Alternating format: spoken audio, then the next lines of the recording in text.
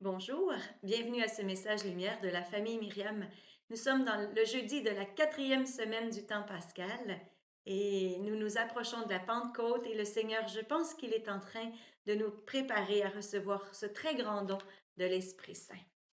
Aujourd'hui, nous sommes encore dans l'évangile de Saint Jean. Après avoir lavé les pieds de ses disciples, Jésus parla ainsi. Amen, amen, je vous le dis, un serviteur n'est pas plus grand que son maître, ni un envoyé plus grand que celui qui l'envoie. Sachant cela, heureux êtes-vous si vous le faites. Ce n'est pas de vous tous que je parle. Moi, je sais quels sont ceux que j'ai choisis, mais il faut que s'accomplisse l'Écriture. Celui qui mange le pain avec moi m'a frappé du talon. Je vous dis ces choses dès maintenant avant qu'elles n'arrivent. Ainsi, lorsqu'elles arriveront, vous croirez que moi, je suis.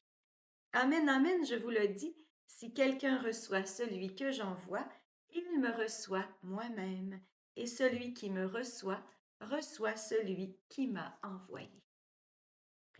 Cette année, durant le temps de ce temps pascal, je suis vraiment très émerveillée qu'à chaque jour, je retrouve ce que j'ai dit les jeudis précédents, euh, l'esprit de la veillée pascale, avec ce renouvellement des promesses du baptême, donc le credo, avec la table eucharistique, le pain de la parole et le pain eucharistique, avec ce feu nouveau, hein, cet Esprit Saint que le Seigneur veut nous donner. C'est toujours je trouve que c'est une grande joie de le découvrir et c'est encore ce que j'ai trouvé aujourd'hui. Premièrement, je vais commencer avec la fin, hein, où Jésus nous dit, je vous dis ces choses avant qu'elles n'arrivent, ainsi vous croirez que je suis. Recevoir celui que j'envoie, c'est me recevoir moi-même, et me recevoir, c'est recevoir celui que j'envoie. N'est-ce pas toute notre profession de foi? Hein? Qui est-ce qui a envoyé Jésus? C'est le Père. Et qui est celui que Jésus nous envoie? C'est l'Esprit Saint. Alors on retrouve à travers cette toute petite phrase enfin le credo, hein? Le Père, le Fils et l'Esprit Saint, notre foi trinitaire. C'est c'est toujours émerveillé de voir comment Jésus présente son être, enfin. Je suis. Mais pas tout seul, avec le Père et l'Esprit Saint. Jésus nous parle aussi, il se présente comme le serviteur. Le serviteur n'est pas plus grand que celui qui l'envoie. Alors, je voyais dans cette petite phrase euh, le mystère mort-résurrection. Le serviteur qui s'abaisse dans la mort et qui sera élevé dans la résurrection. Alors, on retrouve aussi dans ce texte le mystère mort-résurrection. Nous sommes vraiment au cœur de notre foi. Il y a deux mots bien importants. Il a parlé, il faut que s'accomplisse la parole, et puis celui qui partageait mon pain a voulu me frapper du talon. Alors, c'est toujours la parole et le pain.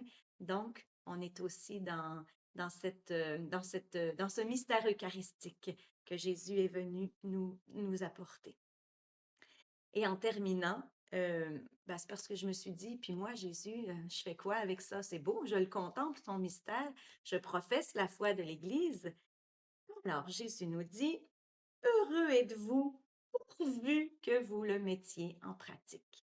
Ce que Jésus veut que nous mettions en pratique, eh bien, je pense qu'il y a entré dans son mystère mort-résurrection, il nous donne une façon toute simple de le faire, c'est de se mettre au service des autres, servir nos frères et sœurs.